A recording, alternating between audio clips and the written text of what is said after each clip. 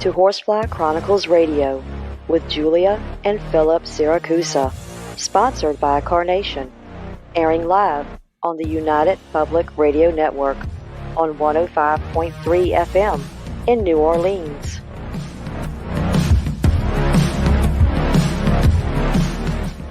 This show's entrance has been edited, produced, and directed by Gwen Clapper from Perfect Trust Productions, LLC. You can find us at perfecttrustproductions.com.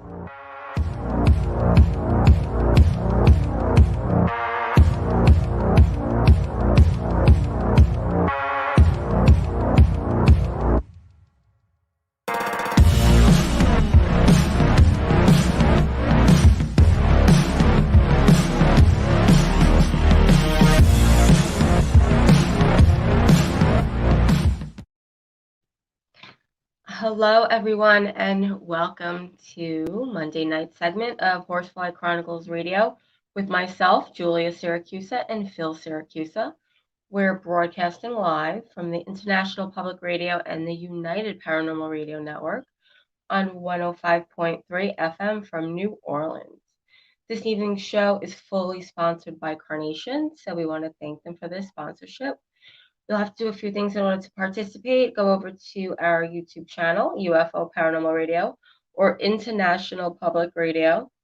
You can also go into all the Facebook stations, UFO Paranormal Radio Network, UFO Undercover with Joe Montaldo, News on the Flip Side, Twitch, SoundCloud, and Podbeam, and also go over to our group, Horsefly Chronicles Radio, and get in there if you're not a member already. And if you have any questions for our guests, please ask. So guys, tonight we have two amazing guests, right, Phil? So we're going to introduce them and then they will come and join us. So please welcome Dan Baldwin and George Sewell to the show. Dan is a professional writer, often a ghostwriter for other professionals. He has written and co-written or ghosted more than 50 books and has won numerous awards. He's also an expert pendulum dowser, having used the pendulum to assist in finding missing persons for over 15 years. George is active in all aspects of theater, with a degree in speech and journalism from Northwestern State University and a Master's of Arts degree in drama and communications. He's an author of many books and is a retired counselor in the field of addictive disorders. You can find out more about Dan and George on their websites, www.danbaldwin.com and www.georgesewell.com. So please, let's welcome them to the show. Welcome. Good to be here. Hello, how are you? Wonderful. Thank okay, you. So we have one of the two guests. Nice to meet you. The other one didn't pop on yet, so we're going to get started. So what I'd like to do, my name is Phil Siracusa, and I'd like to ask you to take us to the beginning, how you got started and what you do. So let's go back on the clock a little bit. Okay, well, we're talking about our new book, Paranormal Pendulum 3. It's the third in the series of books that Dan wrote the first two, and we collaborated on this third one where Dan is using the pendulum dowser as a technique for investigating what's happening with the dearly departed, what are they living through, what's been their experience in making a transition in their current state. Those were the first two books.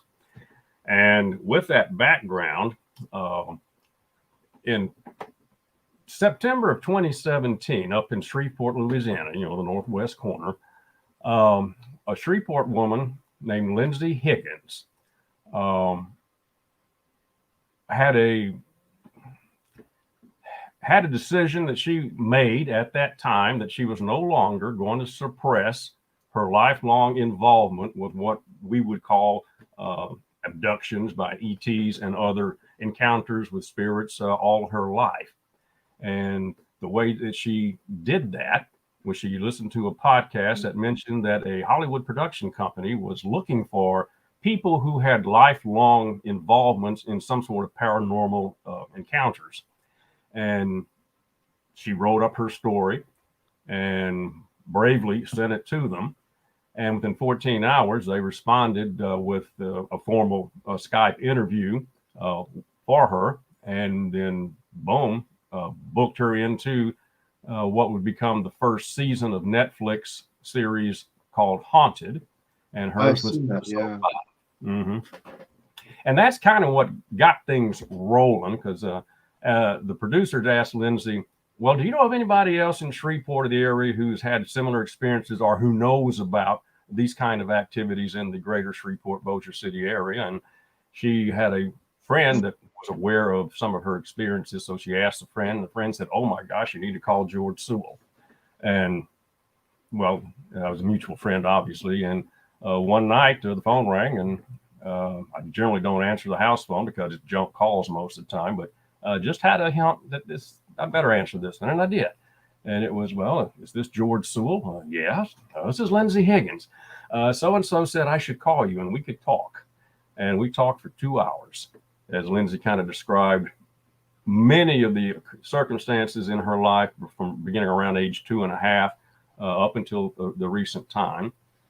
And what I was able to do at that moment was, back in the late 1980s and early 90s, I was affiliated with the Mutual UFO Network, and I was the assistant state director for Louisiana. So I had an opportunity to talk to many people, particularly in Northwest Louisiana, who had encounters or other events or occurrences on their property or in their house or whatnot that they simply could not discuss with anybody. That was their main concern. Who do you talk to with something like this, especially 20, 30 years ago? And at the end of the conversation with Lindsay, I was able to say, Lindsay, pretty much everything you've told me, I've heard from other people. So this is something that is not just specific to you. This is something that fits a number of other people, different times, different locations. I mean, what's happening to you is not a fiction, because it's being experienced by other people. And that kind of got it rolling. And not too much later after that, I was assisting Dan in doing some research for his first 2 paranormal pendulum books. And this involved going to locations in Shreveport and Bossier where there was a known ghost or other presence that staff or patrons had picked up for years. And he would make contact through the pendulum with these entities and have a conversation. We'd often be able to identify them, tell their story. And this became a big part of those 2 books, Paranormal Pendulum 1 and Paranormal Pendulum 2. And in particular, we were intrigued when Dan was in Shreveport and we were visiting some of these locations. And I just kind of as a lark, I said, Dan, let's go by the old Central Station restaurant. It used to be a Central Station railroad station that was bought by restaurateur Joe Fertitta, who's Lindsay's father. And back in the late 1970s, it was a really nice restaurant in downtown Shreveport. You had the restaurant downstairs in this former railroad station. Upstairs was a family residence area. And little 2.5-year-old Lindsay very often would be upstairs in her room by herself while the family's downstairs doing the restaurant. And there was one afternoon where Lindsay was just particularly bored and she wanted to go outside and play. So people outside the Central Station restaurant's got a very large balcony over the first and second floors. And they noticed a little young Lindsay out there playing on the balcony. And of course, they notified the family. They rushed upstairs, brought Lindsay back inside. They closed the very large, heavy, double-hung window that had somehow been opened to allow Lindsay to go outside and play. And of course, they asked, well, Lindsay, how'd that window get open? Oh, well, my friend Morlock opened it for me. And then she started describing her invisible friend, Morlock. And she described him as kind of having gray hair and kind of tall and thin. And she knew her father smoked cigarettes, but she was unfamiliar with a cigar. So she said, well, he smokes, but it's a big brown thing. It's not like your cigarettes. So, and that kind of clicked with Joe because very often they would pick up the aroma of cigar smoke in various parts of the building. And that kind of got things going. So we went to the central station. It was closed at the time, but nonetheless, Dan had his pendulum. And I said, "Are there any spirits here?" And yes, there were 4 spirits present. And then I told the story I just recounted and asked, "Well, is the spirit that Lindsay knew as Morlock, is that spirit present?" And it was a very definite yes swing of the pendulum. And okay, by chance, is your grave or your memorial in the Oakland Cemetery, which is nearby? It's the oldest cemetery in Shreveport, because Dan and I were going to go there for some sessions that afternoon. And the response was again, yes.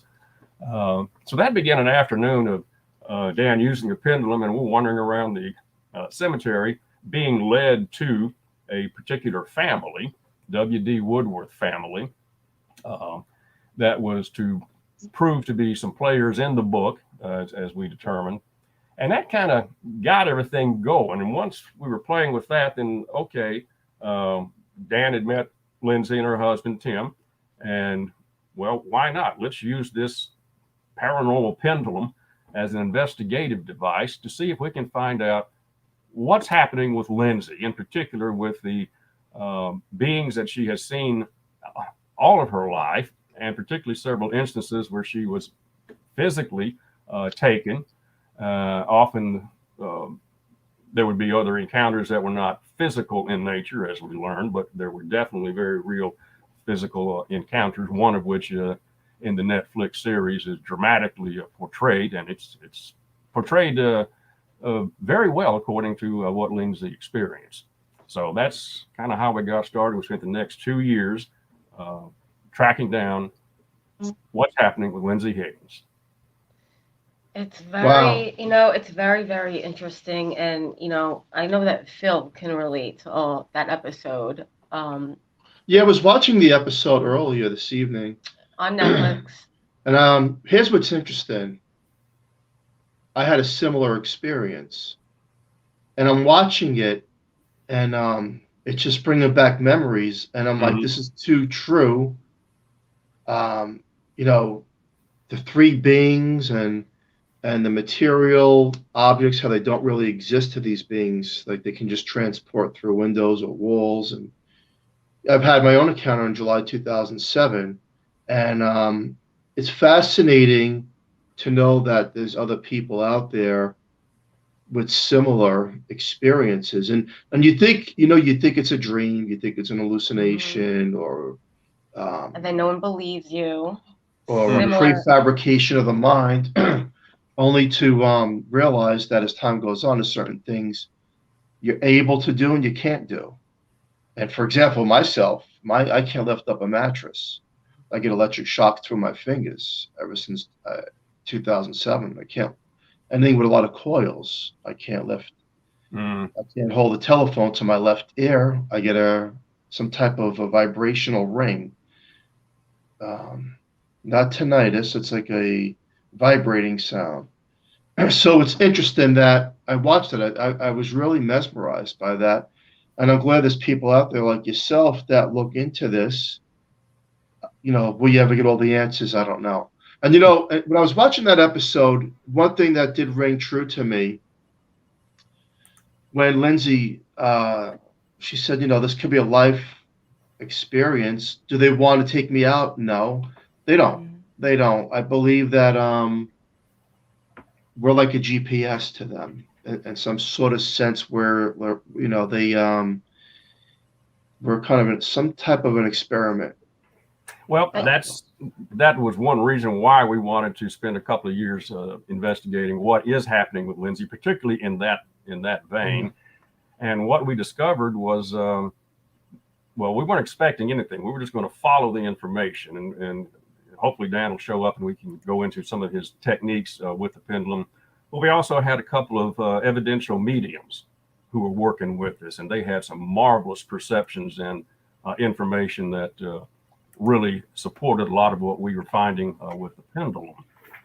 But in Lindsay's case, what we discovered, what we were left with, was 6,000 years ago, in a different plane It's not the plane where the dearly departed generally are for the reincarnated purposes. It's the plane above that.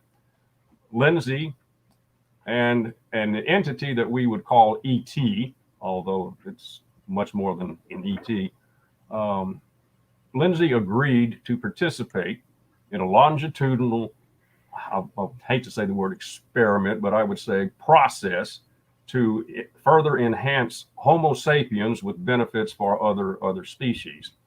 And part of the reason Lindsay was asked to do this was, being a human being, she reincarnates, and that seemed to be something that would be important in this process, whatever it would ultimately be. We got hints that it's leading something up to having human beings have a more normal lifespan of, say, 150 years, and to greatly enhance the sixth sense. What? That was once had, but has faded. I got the link. I'm in. Okay. Yeah. I think Dan, can you hear us? Hello? Dan, can you hear us? Can you hear us? I can hear you. I can see you. Can you guys see me? Yeah, No, we can't see you. We can't see you, but we can hear you. So that. If you could just point the camera to you, maybe it's up in the air or something like that. Let's hold it. There we go. There you go. Now we can see you. Hi. Okay. Hit the little button there and we're okay. All right, good. We're good. Hey, gentlemen, I like the hats. Love them. Now I want one, so who's going to send me one? I like Out the here hats. in Arizona, this isn't fashion, it's survival gear. Oh, I like that. Yes.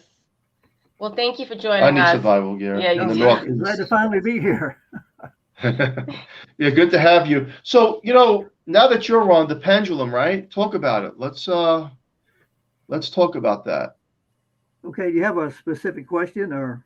Yeah, well, what makes you think that it works? Well, 25 years of experience of working it. To give you the brief overlook, the pendulum is basically a weight on a string, and you ask a question. Right. A swing to the right will be a yes. A swing to the left will be a no. And what is going on is, while your conscious mind is observing the weight on the string, your subconscious mind is freed up. Your subconscious mind, therefore, can connect with your higher self. In the case of what George and I are doing, we can connect with extraterrestrials. We can connect with spirits. You can connect with what some people call the Akashic records. It's just a way to contact and find information that is out there and that is available, and it's a way to tap into that. No, it's interesting because I used one years ago, and they do work if you concentrate and you don't move and you really have to focus. I guess the question I have for you is, you say you speak to aliens and spirits and all that. Well, here's my question. Hypothetically, how do you know, and who are you speaking to? So how do you know it's an alien versus a spirit or a demon or an angel? Yeah, we're always tossed with that. How do you separate the difference? Well, yeah, you ask. Yeah, how do you know you're talking to Dan? How do you know you're talking to George? You ask, and you get the response from the pendulum. And asking different sessions with different people holding a pendulum. And we also had the two mediums who were working with us. And on two occasions, I did ask ET, again, that's just a handle, would it be possible for him to present to one of the mediums in a session? And Dan, you want to take it over for how that went with Lauren? You're talking about the one out at the park? Yeah. Yeah, we were doing a session out in a park near Barksdale Air Force Base, and we had a young, very talented medium with us, and we were using the pendulum to see who was here. We had the spirits of the deceased person come in. We also had something. It's very hard to describe it. It was an entity of a very highly evolved, from a very highly evolved spiritual nature, and there were 4 or 5 of us sitting around in a semicircle, and we felt, Lauren, the medium, and I felt like the entity was pretty much directly in front of us, and both of us felt a strong feeling of what Lauren called mother love. it was palpable. It was undeniable feeling of love. There was somebody there expressing just this powerful love. You could feel it in the recording of it. You hear my voice going. You know, I'm tearing up here. So in addition to the yes and no movements and pendulums, you also have physical manifestations that let you know something is going on. But you also have wires too, because I've used the pendulum, and I do believe in it. Okay, don't get me wrong. Like aliens and ghosts, I believe in all that. I live in a haunted house, for crying out loud. However, people lie. People lie straight out. So if someone dies and they were a liar in the physical realm, doesn't mean they're not going to be a liar in the spiritual realm if they're still roaming that spot. And you could be asking a question, is this Mrs. Jane? They could say yes, but it's really not. It's John, who likes to deceive people. And that's a question, you know, I always question this. And again, I do believe, so, you know, I want to make that clear, but I always question things, especially with the Ouija board and mediums and psychics. Who do we know who we're speaking to? They could tell us anything they want to tell us on the other side. And I ask a lot of false questions, and I get responses to the false questions that don't even exist, which tells me that there's a lot of trickery on the spiritual realm of who are we communicating with. They just, you know, they play off the emotions. Is this really a boy or a girl that says that you died in a fire? Yes. Then I'll go with the trickery questions, and then I get responses back, only to find out that it's an entity playing off of my weakness. So you mentioned aliens. I do believe in aliens, and I've had my own accountant years ago. My question is, someone with the higher being of that intelligence, why would they even want to work with the pendulum with us and not give us something more substantial and a communication like appear in front of us? Well, this was the tool that we were principally using. Okay. And what we discovered was there was a lot of interest in what we were doing, and there was a lot of support from a number of entities to bring this project into book form. So there was a lot of corroboration. We were dealing with a case of family reincarnation. Lindsay, her sister, and her father are in the same familial relations that they were in their most immediate incarnation.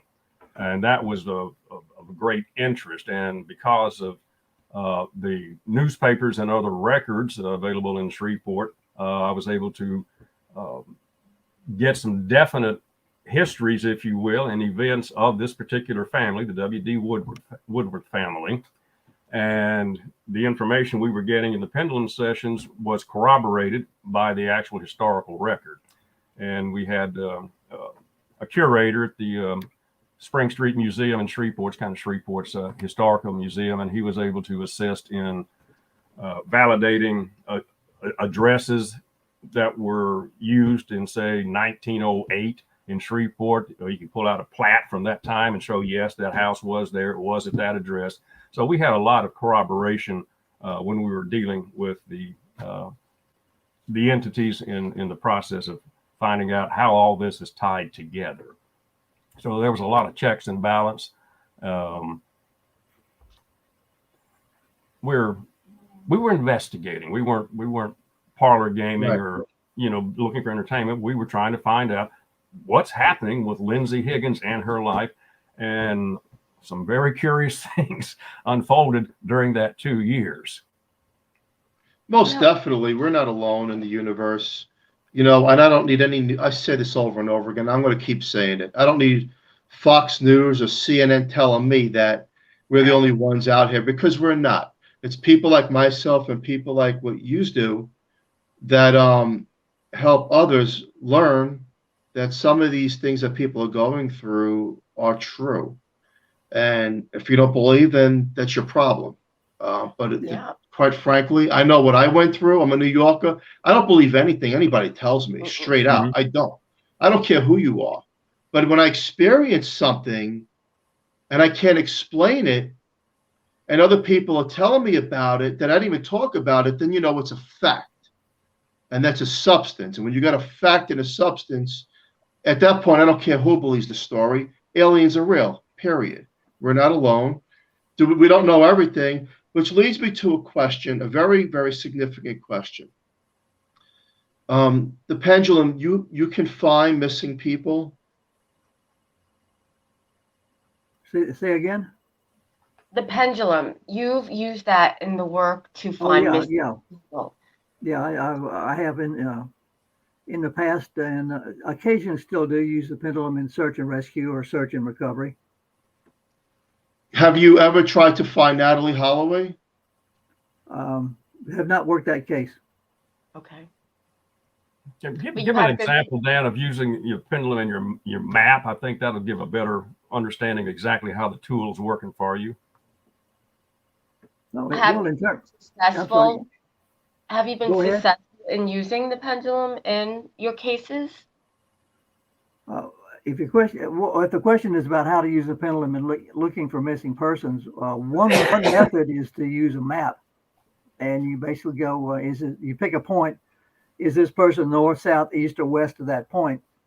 And then you pick another point, north, south, east, west of that point. Basically, you create a box of directions, highways perhaps, and slowly you shrink that box down to a small area, so that the idea is to get to a point where a search party could reasonably search an area in a day or so and find the body. And using the pendulum and using topological maps, or especially Google Earth, you can get the location area down to the size of a football field, so that don't get me wrong, you're not right 100% of the time. No psychic is right 100% of the time. But in the case of dowsing, the way I do it, if I'm off, right away I'm off. If I'm right, you're right in the location. Okay. You're in the location. Yeah. Got it. Hey, listen, it's great that you're doing that. I mean, every little bit, so finding missing people, missing, if it's a missing kid, and helping others acknowledge things that they don't understand. I think that's great what both of you are doing. And again, that show I watched, for the listener out there, it's on Netflix. It's called The Haunted. Yes, the show The Haunted. The Haunted. You have to watch it. Which episode was that? Season 1, episode 5. Season 1, episode 5. To the listener out there, you definitely want to check it out. It caught my interest. I found it fascinating. I like the questions. I like the responses. And you're not alone out there. To everyone that's listening to the show, if you've had an encounter, or someone who's had an encounter, and they're being sincere about it, respectfully listen to them. Okay, have an open mind. And the work that these two gentlemen are doing and the books that they have out, it's amazing. Right? They're doing a great job. Yeah. Thank you for helping. Yeah, something you guys said earlier, we're kind of on the same wavelength. George and I are not missionaries. Yeah. We're not out to try to convince people that, there are spirits out there, there are ETs out there. We're doing the research. We're putting the evidence out there. It's in a book. You can check it out and make up your own mind. Yes. Yes. One thing we do is encourage people to actually, if you're a skeptic, go check it out yourself. Pendulums are cheap. The technique is easy to learn, or find another technique that works for your particular mindset. But get out there and find out for yourself. You just said something that I want to target. You said your mindset. Here's a question, whoever wants to answer this. Is it possible that only some of us are able to have this conscious awareness of, for example, the ETs in the spirit realm, and others don't have it and they'll never have it in the physical realm? And I ask that because if a UFO is to appear in the sky and there's 2 million people, would 500,000 of those people say, I don't see anything? Because it's part of the mindset. Yeah, I've got several friends who, if a UFO landed in front of their house and parked on the street, they would see a Volkswagen. There it is. There it is. That's what I was looking for. That's just the way it is. So yeah, with friends like that, they're dear friends, but I'm not a missionary. I don't try to change their mind. Here's the information. Yeah, let me. I agree. I'll kind of answer your question there, Philip, about multiple people are there and there's something occurs and maybe only one or two of them, perceive it. Towards it was around the middle, I guess, of the investigation time. I was reviewing everything that we were learning and getting curious. Well, is this really genuine? I mean, are in fact we getting straight information from ET? Are we getting the factual information, the accurate information regarding these visitations with Lindsay? So I was, as always, questioning and double checking what we were discovering. And well, let me just describe what occurred one morning, December 28th, 2020, as a matter of fact. Got up bright and early, 7 a.m. This is just before dawn. And my usual practice is go into the front room and open up the blinds, let the sunlight in when it rises. And I looked out through the window, and hovering above my neighbor's house was about a 20-foot diameter orange-yellow sphere. And of course, that got my attention. So I started examining this, and that's when I noticed that the sphere did not have a hard edge to it. It was kind of like a painter might feather something. It had little shimmers. It had some energy to it. And below it was the street light. It has light pollution bulb in it. And it has a similar orange-yellow color. Back in the distance, you could see a few rays of pre-dawn. So I really examined this thing. But then it got really curious when, okay, what would be the next logical thing for me to do? Well, hell, step out the front door and look at it directly, grab the phone, see if I can get a photograph of it. But what I did was go feed the cats. And when I was walking back through the living room, that's when I looked out the window and noticed that it was gone. And then that's when it clicked what had occurred. This was a very specific moment for me to, one, say, yes, this is all genuine. It is actual. And are you familiar with the term alien apathy? Y'all bumped into that? No. Okay, that's a term that's often used in some of the research to describe a person who has an encounter of some sort, but they react to it in a way different from what you would expect or from what they would expect. And that's what they gave me a little taste of. Don't go outside. Don't take a picture of it. Go feed the cats. And so now I understand how very gentle and how very subtle these communications can be. So that was, now I understand this. We're dealing with something that's very subtle. It's very gentle, but it can be very focused. That evening and meditating on the thing, because it was just still kind of, there's no denying. I mean, the fact is at 7 a.m., that rules out just about any other variables as to what's happening. But I got the phrase that the event was a diplomatic reveal. And the more I thought about that particular phrase, that really summed it up. It was an act of diplomacy, but it was also a revelation that underscored the validity of what we were doing in the research. And it also, now I fully understand why way back in those early years when I was talking to so many people, they often described the encounter or the event as being very personal. And okay, I can see that. And now I understand why these encounters may very well be specific to a particular person or few people. And if it's not specific to them, if there are other people there, they're not going to participate. So I can state that as an actual occurrence for, That's true. I agree with that. That's 1,000% true. That is 1,000% true. Hey, let's go back in the day when we heard the story, Our Lady of Fatima, when the children seen her, the appearance in the sky, way back. We'll go back to. Oh God, way back. And some people say they didn't see. Some people say they seen. Yeah. Some people say that she was bringing the sun towards the earth. and this goes back and it goes back and it makes me think that some people are meant to have the ability and the mindset to see these things for what they are and help and teach others around the world. And other people in this lifetime and this journey they don't have that ability and they're not meant to. So and it goes back to the ghost and whether people believe it, they don't. Some people are meant to understand, see, believe, when others, I believe, are just they're so closed in all four corners that they're not going to, and it's okay. Just don't criticize the person that did have the experience because that's unfair. And I think that's what happens here in the paranormal world. Look, Julie and I live in a haunted house, and we took a lot of heat for years. Oh, it's fake, it's this, it's that. And I said, you know what? I told the world this. I said, you know what? I don't want you to believe a word I tell you.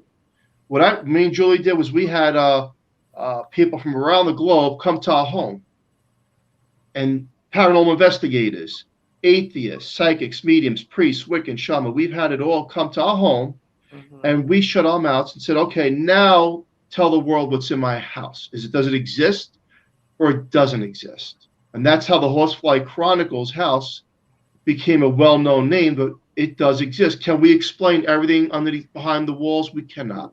Nobody can. But what we do know is that these things do exist. Alien encounters, the grays, these spiritual encounters with higher beings and lower vibrations as well. This is all true. And that's why I respect what both of you are doing. I feel like it's important for people to know, and there should be more authentic shows of quality teaching people the truth, that these things do exist. And let's get rid of the fabrications and the fluff just because it may be boring at times. Because the truth is, whether you're UFO hunting or taking someone's interview who's been abducted or going into a haunted location, quite frankly, I explain it as you could put one fish in a lake and keep casting, and you may not get that fish for days. It can be quite boring, but it's true.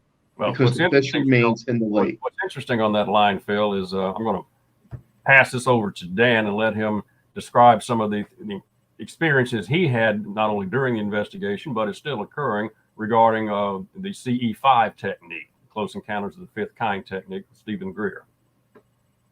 That's your cue, Dan. Oh, well, yeah, in terms of validation, George and we're not, I don't want to use the word skeptic, but we also want validation. We want proof of what's going on. Mm-hmm.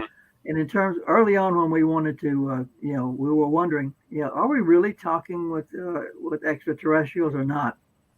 So we pretty much embarked on an exploration. You're familiar with Dr. Stephen Greer, his technique, aren't you? Yes. Contacting UFOs. Yes.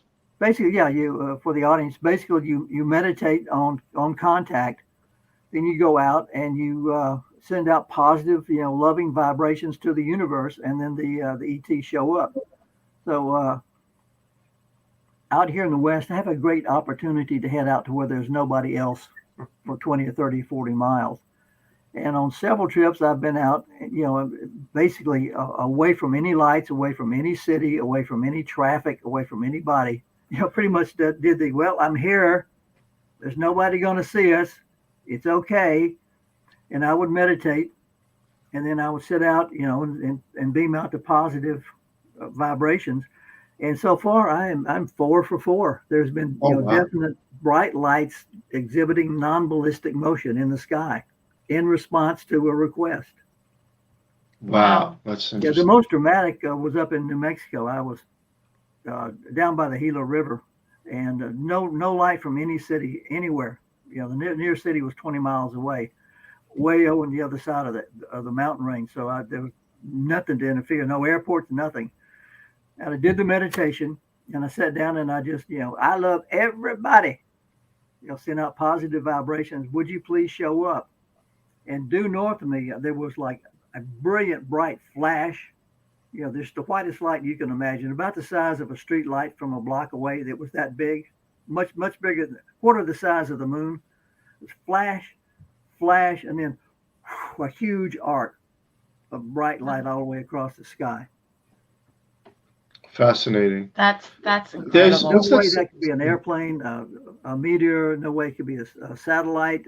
No, you but can it tell had the to be, difference okay, Dan, between. here's your You show. can tell the difference between that. If you have a quarter of a brain, you could tell the difference because you could see a plane, you could see a rocket. I mean, you could see that if something is right there, like you're explaining it, and has a quick movement and it goes brighter, it's a fact. That becomes a fact. What's that singer's name that had that show out? We were watching it a few months ago. Demi Lovato. Yeah. Demi Lovato. Well, what you're saying is she was doing that experiment with Skinwalker Ranch. Yes. She was doing that experiment that you're talking about, and they were filming up in the sky, and then sure enough comes these bright lights from a far distance. Yeah. It's incredible. Yeah.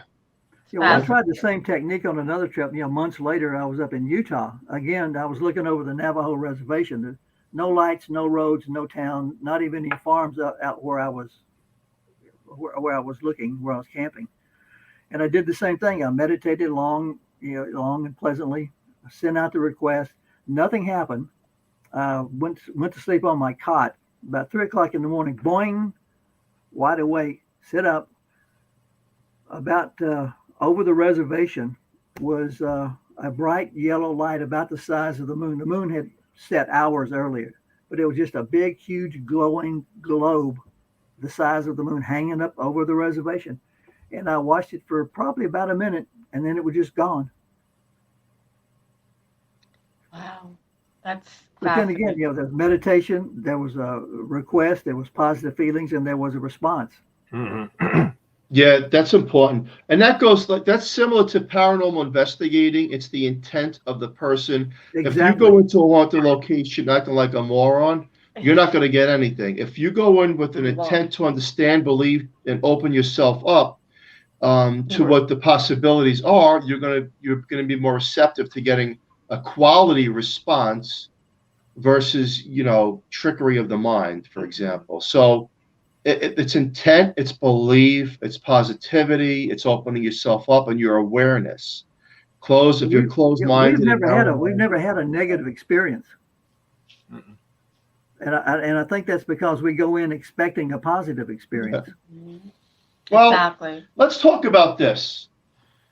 Has anyone you ever talked to got any response from these other beings saying, for example, what we should and should not be doing here in the physical realm? Or they just let us be and free will and whatever happens, happens? Because I'm asking that question to both of you for a reason. Because I'm military. There is video footage of crafts over all nuclear warheads. Yeah. Mm-hmm. And at one point, our nuclear warheads were shut down. And I do not believe, by a stretch of imagination, that it's Japan or China or Russia that has any technology to do that. I don't believe it. I don't believe it. And if anybody who does believe it, let's rewind the clock to 1957 when the whole Roswell thing. So no one even had this technology to fly around in these discs. So then my question is, if they are aliens and they did shut down these things, these nuclear reactors, then obviously they're concerned. They're concerned about UFO expert. Well, of course they're concerned, and that's been very evident since we first got into nuclear energy. The kicker is it appears that they're not going to directly intervene. They're going to try and educate and nudge to head off some possible bad scenarios, but it does not appear that they're going to step in and save mankind. They're not. That's not their job. That does not seem to be the case. Now, speaking of the base and whatnot, another curious thing that was occurring during this 2-year time of investigation, and to some extent still occurs, is my iPhones, particularly at a park I like to walk at early in the morning, Mike Wood Park. It's in Bossier City. It's next to the end of the runway at Barksdale. And I would take a photograph and the camera would begin capturing orbs that I cannot see. And over time, it would also capture objects in the sky that are not birds and they're not conventional aircraft. I do not see them, but the camera does. Right. Started compiling a number of these, shipped them off to Dan and said, look, Dan, grab the pendulum, see what the pendulum is indicating that is occurring here with the with my iPhone cameras. And it was, after a while, it was two cameras, just to one playing with the other, just to validate, yeah, they're both picking up pretty much the same thing. So that was a part of some of the information that was being provided from other sources during this investigation, just to show how broad this subject is, how we can't even imagine the complexity or the vastness of not only Lindsay's experiences, but your experience, my experience, Dan's experience, anybody's experience. It's really a large canvas that life is played upon. This is true. Whoever wants to answer this question, let's talk about the pyramids. Mankind or other technology from somebody else? That's beyond my pay grade. Yeah. We couldn't build them now, so they're there. So there was something special whenever they were built. I have a hunch they're much older than is traditionally ascribed. Yeah, I tend to agree with George on that. Yeah. So however they were put together, or certainly the main one was put together, it was done in a way that we can't do now, and we don't know how it was done, let alone who or what. Isn't that amazing? Isn't that amazing? So many places, in the ancient world where they have done things that we cannot do. There are places in Lebanon where they're massive stone foundation stones that we cannot move to this day, but somebody back then did. The question is, how did they do it? Yeah, it's there. Now, it is interesting, Phil, that a very good friend of mine, many decades ago, was doing a little world travel and managed to stop off in Egypt and connive her way into a one-person guided tour of the Great Pyramid. And it was such that she was allowed to sit in the sarcophagus, as it's called. I don't think it is a sarcophagus, but so she got to meditate in the king's chamber, in the sarcophagus, and she describes it as a transforming event for her life. No imagery or specifics other than she left a little different person, a little better person than when she first entered. You could feel that. She could sense that energy level increase in her being. Wow. So they still got something going on. Oh, most definitely. I think that's one of the biggest questions that mankind has. And if we can't do that today, if we can't build that today, and supposedly they're perfectly aligned with stars. North, south, east, west. Perfect. Perfect. Yeah, it's so you have to be up on top, way up on top, to look down to get them to the formation, and then moving the stones along, it's virtually impossible. So that tells me, from my belief and many others out there in the world, that we're not alone, and there's other technology that we just don't have it. Maybe it's a good thing we don't have it, because mankind is, today's day and age, is kind of stupid, and they might just destroy everything. So maybe these beings know, like, you can't have this technology because you only kill each other quicker than what you're supposed to do it. Yeah. For example, I think that it's fascinating, and I'm a true firm believer that we're not alone, and maybe one day it'll come out to the public, but I don't know if it will. I don't know. I think it'll come out. I think it'll come out to just a huge number of individuals rather than the public. It's just going to be just a whole lot of people are going to know this for a reality personally. Yes. And it doesn't matter. I think that is the key. I mean, if you want to talk to the spirits, you don't have to go to somebody. You can go talk to the spirits. If you want to converse with the extraterrestrials, as George and I are doing, it's possible for the individual to go out there and do it. Okay, let me tag that real quick, Dan. In meeting with an evidential medium that I wanted to bring on board. I sat in on a monthly good grief group that she does for a small group of people in her studio. And I had not met her at that time. I was just sitting in the group, and she had one of her spirits do its thing with one of the people in the audience. And then she turned and looked at me and began putting out some information that I didn't identify with it. And she said, okay, well, that spirit is stepped aside. Now here's another one. And she started presenting things that, okay, I think this is okay. And a few things came out to where a colleague of mine was also there, and he turned around and said, oh yeah, you know who that is. And it was a very good friend who had passed not too terribly long prior. And his family specifically wanted me to be at his funeral. And so I was certainly there. But during the service, I wasn't paying any attention to that. I was just having a good half-hour mental conversation with my good friend about all the good times we had had and how much I appreciated how he'd helped me in these various ways. And so that's what I did. But at the Good Grief Circle, Colleen, the medium, said, well, did you do his eulogy? No. It was important for you to be there? Yeah. Well, he wants me to let you know that he heard you. Wow.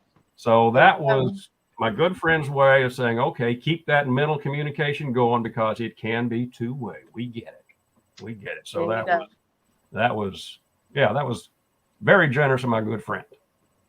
That always makes you feel good when you get that validation right there, right? Yeah, absolutely. Most definitely.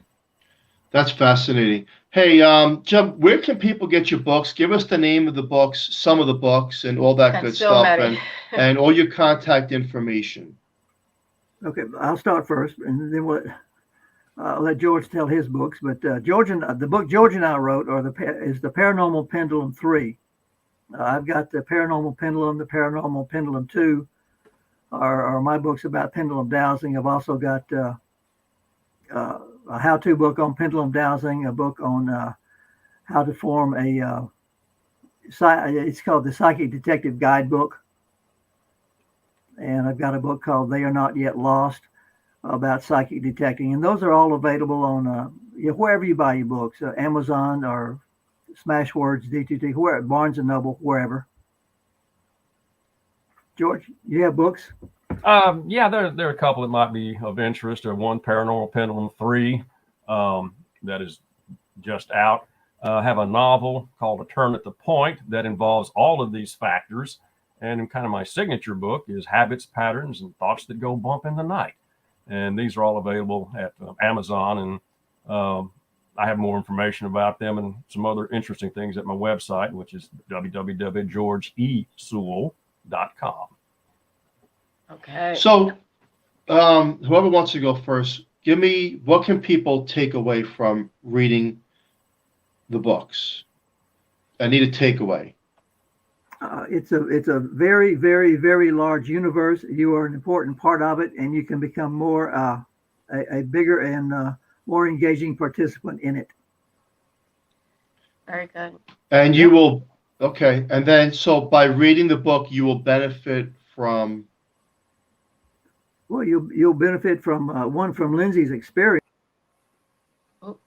We Go ahead. And I think they'll also benefit from, like I mentioned about the Orange Globe and Dan's CE5 experience. There was some other stuff that we didn't even touch on that were involved in this investigation, just to realize just how broad and exciting life is. And we stayed really focused on Lindsay. We could have gone 1,000 ways with this. I know. We have to have you guys back on. The hour flew by, so we can really, because I have a lot of questions that. Yeah, we had a lot of questions we didn't get to because I think this is fascinating knowledge from both of you. And people should, and that's why I asked you what can people take away from the book and all that good stuff. So to the listener out there, easy read, Phil. It's an easy, quick read. It's a small book. It's not a huge, cumbersome book. It moves quickly. It's just a good read on an actual investigation into actual events and lots of surprises. And tell the listeners where they can see the episode again from Lindsay. Netflix, it's their Haunted is the name of the series. Season 1, episode 5. Okay. Is Haunted still around, or is that still? It should be. Yeah, I don't know if it's got sure. I know they had 3 seasons, but yeah. you can still get Haunted, and they'll have your first season there. I'm not sure if a 4th season is coming out. They're still working on that. You know what I'd love to see? Gentlemen like yourself, and maybe one day where science can talk to people like both of you, and combine the knowledge. You know, I will say one thing before we get off the show, that CERN, the government knows a lot more than we do with CERN and what they're doing and what they're trying to look for and all that good stuff. So as paranormal investigators and psychics and mediums, I think that everyone's doing a great job. And I hope that one day science and the paranormal can somehow combine into a form of understanding the awareness of other things that are out there, and not so closed, narrow-minded that follow this book of religion and this is the only thing you follow. No. The truth is, there's such a broad spectrum of things in our plane and other planes that very big universe that it should be brought out more, because I believe it can help people across the globe who may think they hear and see things that don't exist, that just may exist. Gentlemen, thank you so much for coming on Horsefly Chronicles Radio. Fun. Appreciate it. We greatly appreciate it, and respect to both of you. Julie, wrap it up. All right, guys. Well, a special thank you to Carnation for sponsoring the show. We love them. And please join us next Monday night on 105.3 FM from New Orleans. And stay tuned for Trish Mel with The Missing Piece. Thank you, everyone. Have a safe, great night. Look up into the night skies and take some pictures. Thank you, we'll guys. See you soon. Have a great night. Appreciate it. Thank you so much.